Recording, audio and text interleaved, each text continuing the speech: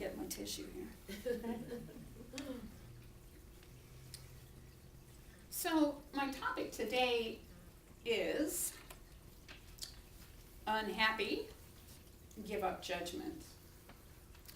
There's a church sign that I saw, heard about. It said, "You're a temple, not a courtroom. Don't judge." That's pretty strong. So, this has been a tumultuous week, has it not? Yeah. And ordinarily, I don't speak a whole lot about current events, and still I judge. I judge people who are rude and petty and prejudiced. And earlier today, I heard on television as I was getting dressed, someone who objected to the whole phrase about Black Lives Matter. And I judged that too. I judged people who are offended by that. And I judge that those people are totally looking for an excuse to be offended, to be divisive. Of course, white lives matter, children's lives matter, police lives matter, black lives matter, Hispanic lives matter, Latinos lives matter, gay lives matter, of course. All life matters. All life matters. And I am not offended when someone says Black Lives Matter, because that's what's been going around for us this whole entire week.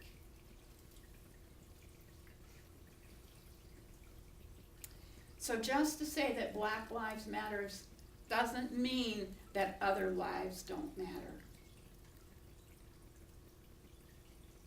It's all complicated, and it's messy, and it's marvelous, just the way that it is, and just the way that it is not.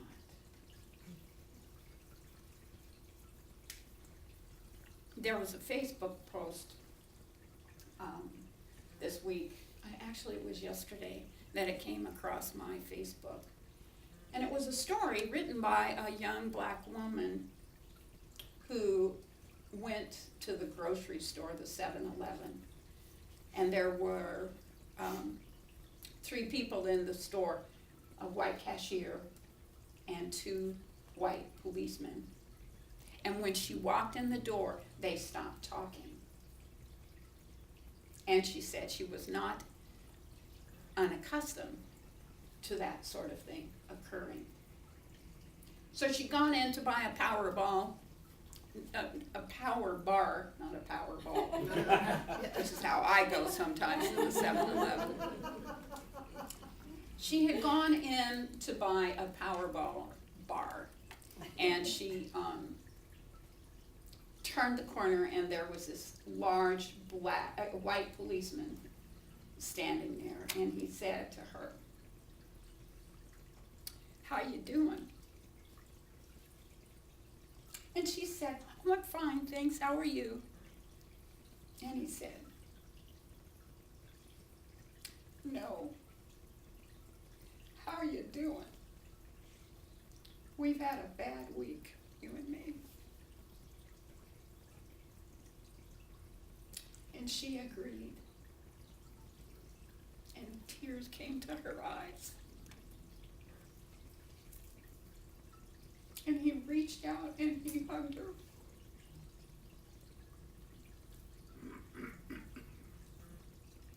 Well, that story really broke my heart open. And I'm not accustomed to posting on Facebook very often, but I said that. I commented, "This story breaks my heart open." And someone replied, "If this story is just breaking your heart open, where have you been for the last 1.5 years, 2 years?"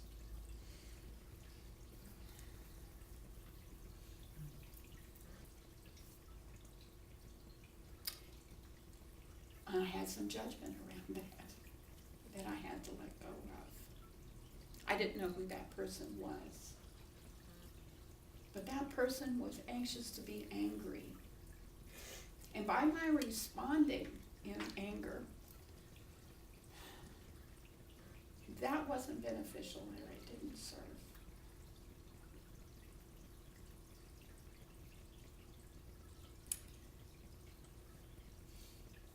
We can perpetuate this whole situation and circumstance, and we can see ourselves as separate. Or we can come to the place that we can see ourselves connected. In the 1960s, there was a woman whose name was Jane Elliott. And Jane Elliott was an elementary school teacher in the South during that whole tumultuous time in the South. And she devised this exercise that caused white people to experience in a small, minuscule way how it feels to be discriminated against just because of the color of your skin. And the way she did that was she divided her segregated white school children into two different groups. One group, the blue-eyed group, and one group, the brown-eyed group. And then they began to discriminate against each other based on the color of their eyes alone. And she, Jane Elliott, was shocked and horrified how easily and quickly that division became ugly and violent.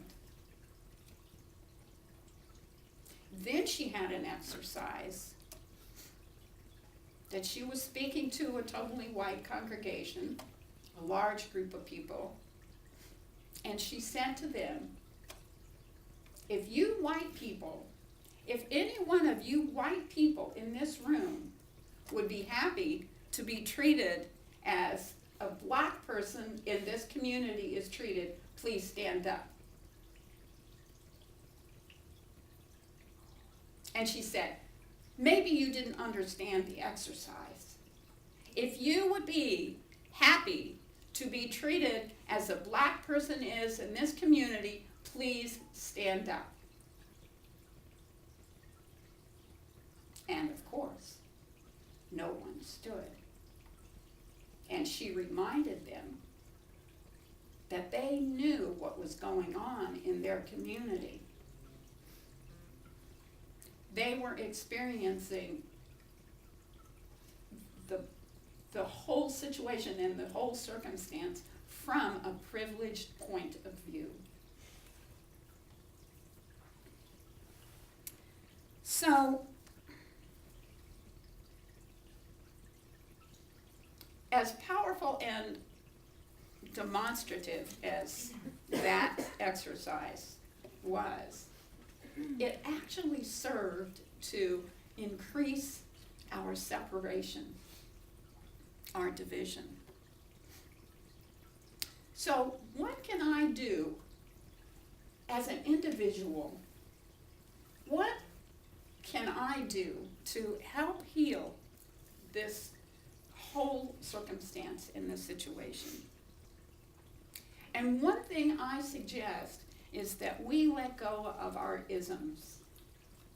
We stop discussing our isms, our liberalism, our conservatism, our capitalism, our communism, our sexism, our racism, our atheism. All of the isms continue to separate us.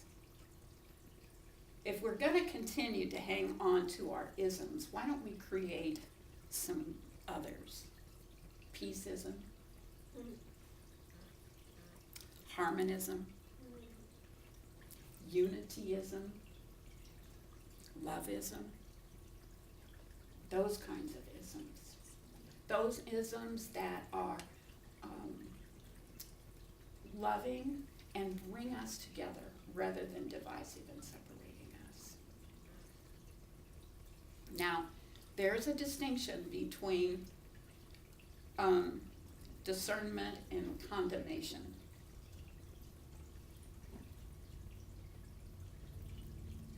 So, for instance, a mother can discern that her child's behavior is inappropriate without condemning that child.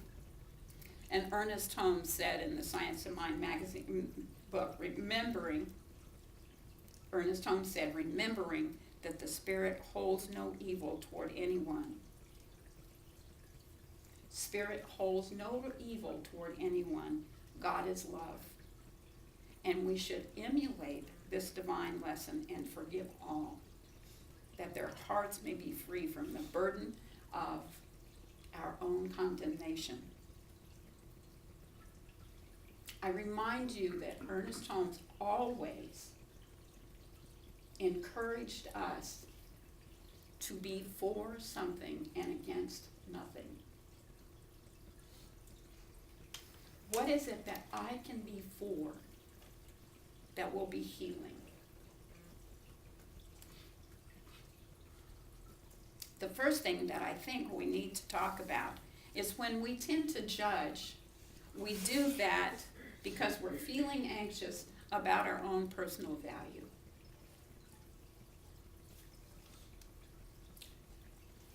Judgment comes from fear, and we make comparisons to make ourselves feel better. It's anxiety about our own self-worth. So what I can do is that I can help to heal the world by making sure that I heal myself. That I come to a place where I totally can appreciate myself with all my frailties and my foibles and my shortcomings. Because I have those frailties and foibles and shortcomings, that doesn't make me less than or better than anyone else. We all have those. When I personally heal my self-condemnation, when I appreciate and allow myself to be exactly who I am, just the way that I am, and just the way that I am not, then I don't have to make other people wrong. I don't have to condemn other people. I can take a look at their behavior and say that behavior is not acceptable, but I don't have to condemn it.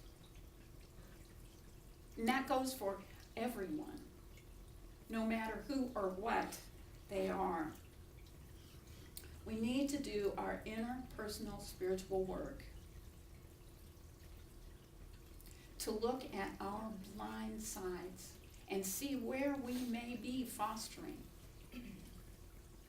prejudice about things. I had the experience of being in Deep East Texas, which is quite a challenge. And I discovered within myself a prejudice against prejudice. And my daughter said to me, I was sitting in my little attic loft, typing stories that were like, oh, I can't believe they behaved this way. They did this and that, and oh my, and on and on. She came to my door and she said, Mom, you realize that your behavior is exactly like their behavior. You're judging them in the same narrow way that you are condemning them for judging others. So that was quite an eye-opener. I haven't walked in other people's shoes. I've only walked in mine. I have to turn to myself and do my personal healing work. I have to get off of my position and acknowledge my blind spots. And we all have them. We all make judgments and assumptions about what somebody else is thinking when it's not necessarily the truth. So that's one thing that I can do. Also, I found when I was in Texas that my silence contributed to the circumstance in the situation. If I am silent, my silence condones. I never was comfortable about confronting anybody. I still am not. But what I can do without being silent is use and. For instance, if someone is gossipy and critical and judgmental and says, I wonder when the last time she bought new shoes. I could say, I don't know, but she just is such a wonderful volunteer. She does such good work. By not being silent and adding a positive and, that's a little bit of a movement toward dealing with all of those isms that are negative.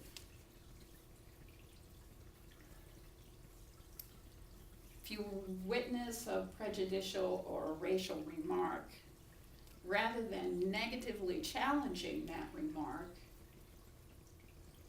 you could say something like, I have no idea what it is like to be a person of color in this country.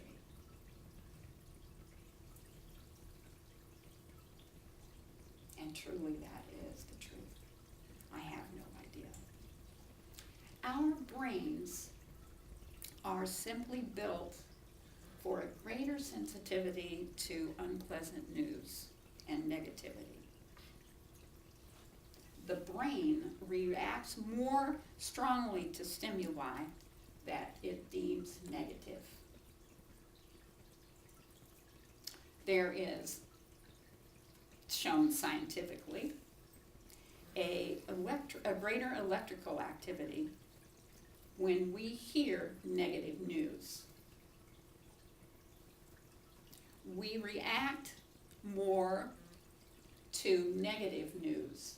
Our brains are more stimulated by negative news. And our attitudes are heavily influenced by that downbeat news more than good news. That's because we historically have the capacity to, and the necessity to weigh negative input more heavily for a very good reason. Historically, genetically, it has been a tool to keep us out of harm's way. Probably we would not be here, you would not be here, I would not be here if our forebears had not skewed to the negative, to be watchful, to be guardful, to be alert in times of negative circumstances and situations. That served to keep us well and healthy, keep us out of the tiger's grasp. But we've passed that, and it's time now for us to let go of our need for survival and our need to dodge danger.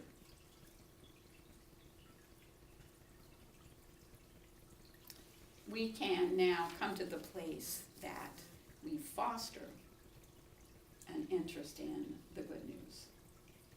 We foster an interest in the positive. So I was talking about judgments. We are not courtrooms, we are temples. And Gerald Jampowski, in his book, Forgiveness, the Greatest Healer of All, said, to be happy, all we have to do is let go of our judgments. To be happy, all we have to do is let go of our judgments. So today, what I can practice, today, what my personal tool can be, is to notice when I am making judgments.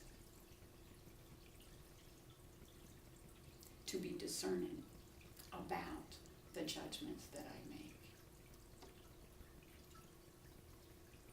To use and rather than negative remarks. To stand in that place of peace. To be the peace that I see.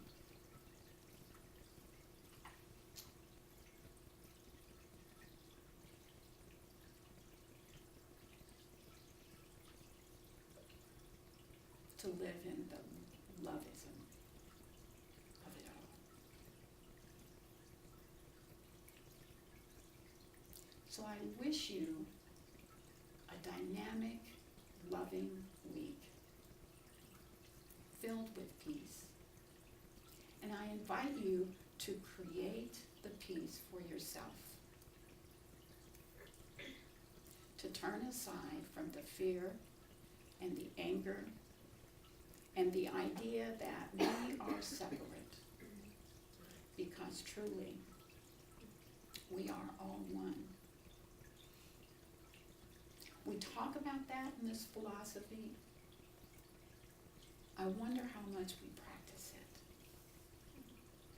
How much do we actually practice the understanding of our unity?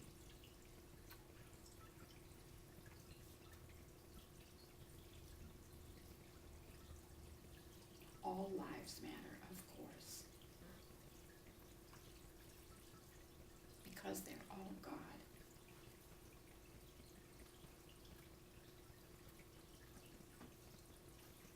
I love you all. Namaste.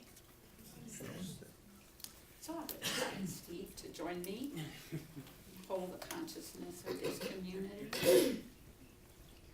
This community at large.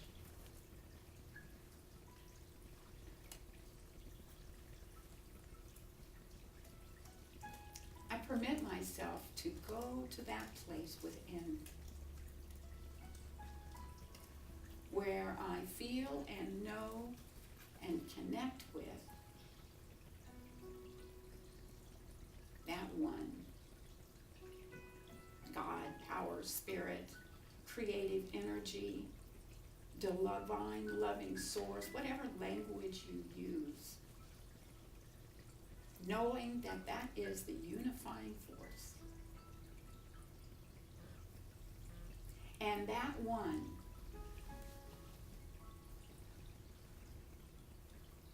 loves each and every one equally.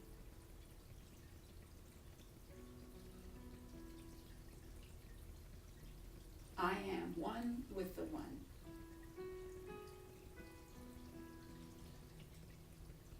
There is one life.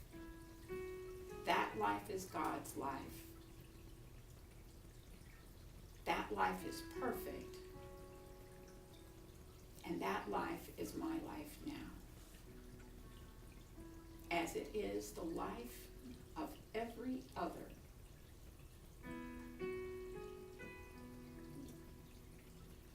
That exists.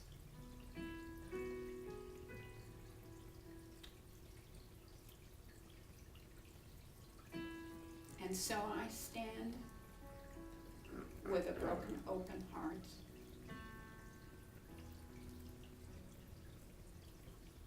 In love.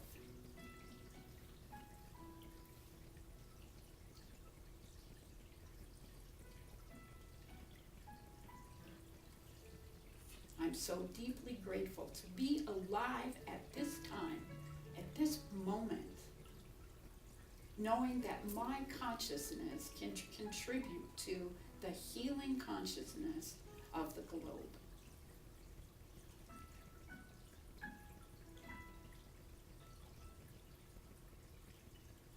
I bring my consciousness to the temple.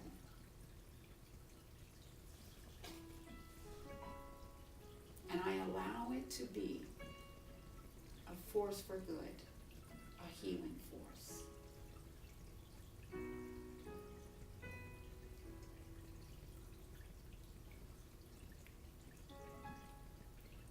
We, as a community, as a philosophical movement,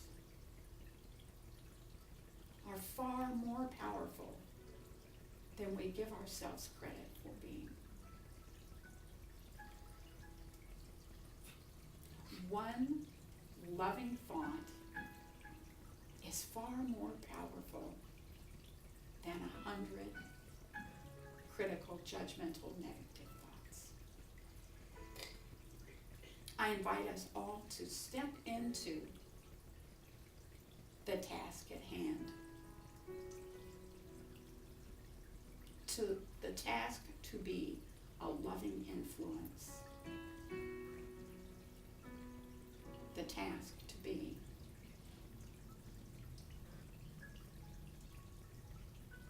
the expression of the divine love.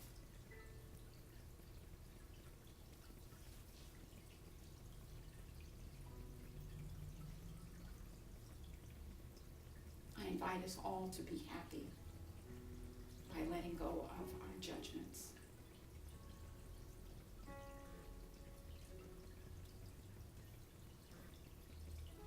I encourage us to be happy by sitting in peace, in harmony.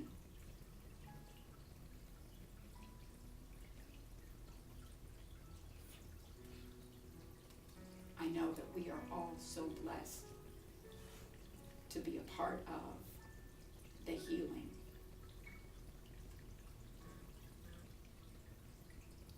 To be for love.